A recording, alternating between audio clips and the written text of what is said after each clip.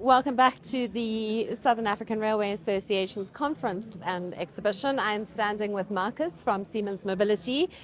For those who weren't here yesterday, Markus was speaking about finance, and he also introduced delegates to the Egypt project. But I thought we should just take a bit of time to just dive in a little deeper. Markus, thank you very much for joining me. Yesterday was absolutely fascinating from the perspective of finance is a big topic. You know, that investment, often our railway operators are saying that's the biggest reason that they're not being able to progress and move forward with some of their project plans. You had some great ideas, so let's share.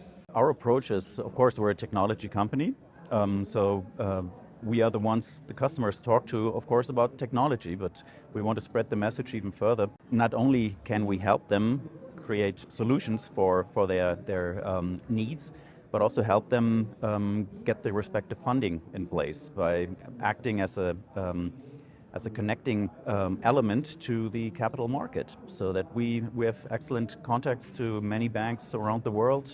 We have worked in comparable projects in many parts of the world. So we enjoy bringing this one-stop solution to customers and saying that we can not only help you with your technology demand, but also with your financing needs. So one of the things that you mentioned yesterday was that it doesn't just have to be a big turnkey project like Egypt. Yes. That they can be smaller, more focused or specific projects. Do you want to highlight what that could look like? Yeah, of course, if you look at it from a banker's perspective, the big tickets are the ones that are the attractive, huge elephant projects that where it's helpful to also have a large and reliable EPC fronting it. But of course, banks don't only look at large-scale projects. Of course, there's something below that flight level. And of course, here's if you look at signaling upgrade projects or refurbishment projects, it doesn't always have to be a multi-billion euro transaction, but you can look at a 20, 30, 40 million euro transaction where the customer also would have the need to receive that help and financing. We can take a look and see, okay, how can we bundle then also the technological solution with a financing package that doesn't have to be this large, where we know there's players in the market that are also interested in helping out there.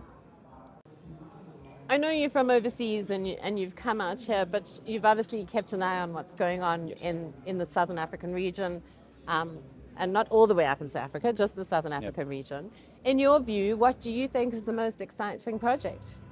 Ooh, there's several exciting ones. I mean, not to frustrate any single customer too much by stating that, well, that's not really keen. I think in general, what I enjoy very much is that the renaissance you've seen in rail technology really has come to the full degree also in this part of the world. There's lots of assets underutilized and they need refurbishment. Hence, the fact that we're here and so many people talking about rail business in person makes me quite optimistic that we will see a significant push going forward, and hopefully for us, of course, with a nice footprint in many of these opportunities. And again, it doesn't always have to be that king-size transaction. We're quite happy also with a smaller scale, because that is definitely needed as well. Well, fantastic. Markus, thank you for your time.